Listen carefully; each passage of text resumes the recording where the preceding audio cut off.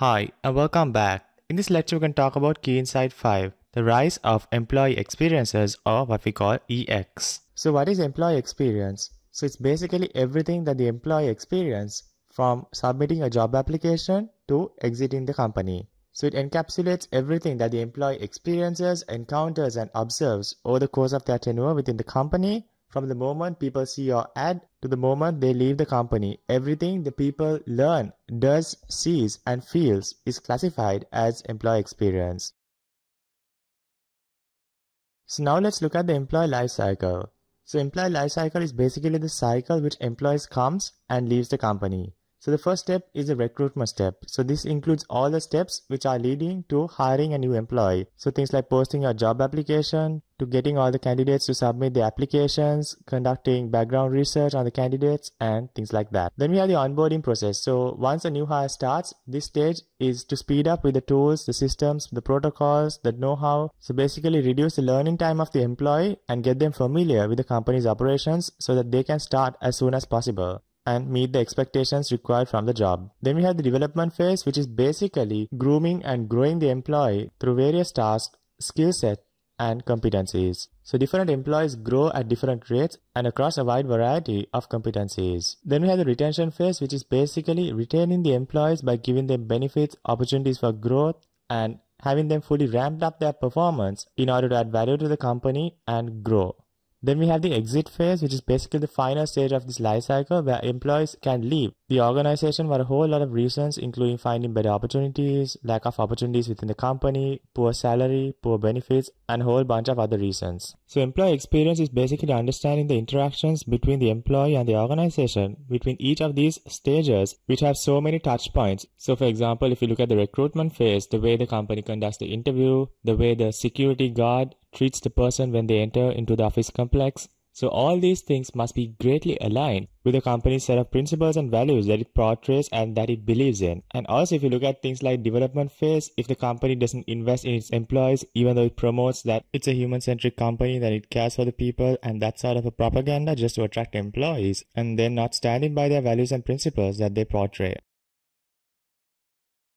So what's driving this employee experience? The first is autonomy, because people want to be trusted to make the decisions on how to best do their job. So people feel empowered when they're trusted by the organization to do their job. And also freedom for time management and expertise application. So organizations need to trust the employees for them to manage their time and also their expertise in applying that expert knowledge in order to do their job. Then capacity. So employees feeling confident about their capability to get the work done. So employees need to feel confident about the work that it do. So having the right ambience, atmosphere, and support network, as well as tools and technologies to support the employees' operations is very, very important. Then the relationships the employees have with their co-workers. So mutual respect and trust among the employees is also driving employee experience.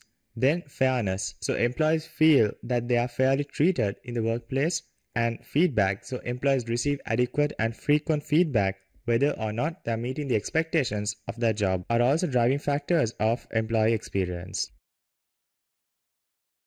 Then a few other factors are the fierce war for talent, because there's fierce competition amongst the companies to recruit the best and the greatest of the talent pool so that they can achieve their organizational objectives, and this comes at a very big price. So employers are doing whatever it takes to attract and retain the talent. It means fierce competition and a shortage. Then we have things like organization dynamics. So digitalization, disruption, and other economic factors are forcing the organizations to be more agile. So during the COVID-19 pandemic, there was massive disruptions, economic disruptions, and all these factors which drove a lot of unemployment and also employees reconsidering what work means to them. So we had this massive great resignation where employees started quitting at a very high rate because they started focusing on things that matter to them the most. So if the turnover is high, it's extremely challenging for the companies to get their organizational goals achieved. So in turn, companies are looking to provide more benefits and also support the employees in their own personal life, and also realizing the fact that personal life and work life is not just isolated but it's integrated. So companies are having a lot of programs which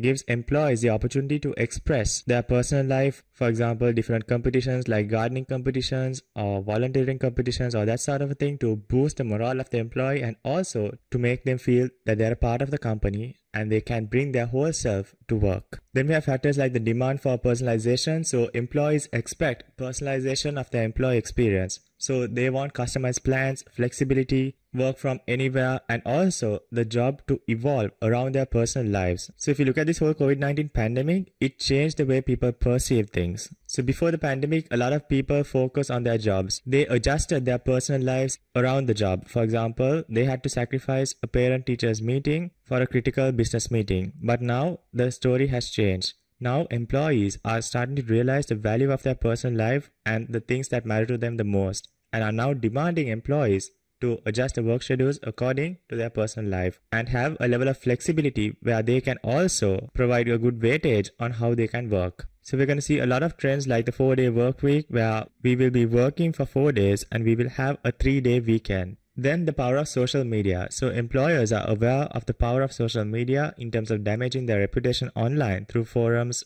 blogs, all the other platforms and reviews. So one negative review about the company or one small mistake shared viral or gone viral on social media is more than enough to damage the entire company or even take down the entire company's business. Then we have career experiences. So employees are less likely nowadays to dedicate their entire careers to just one single employer.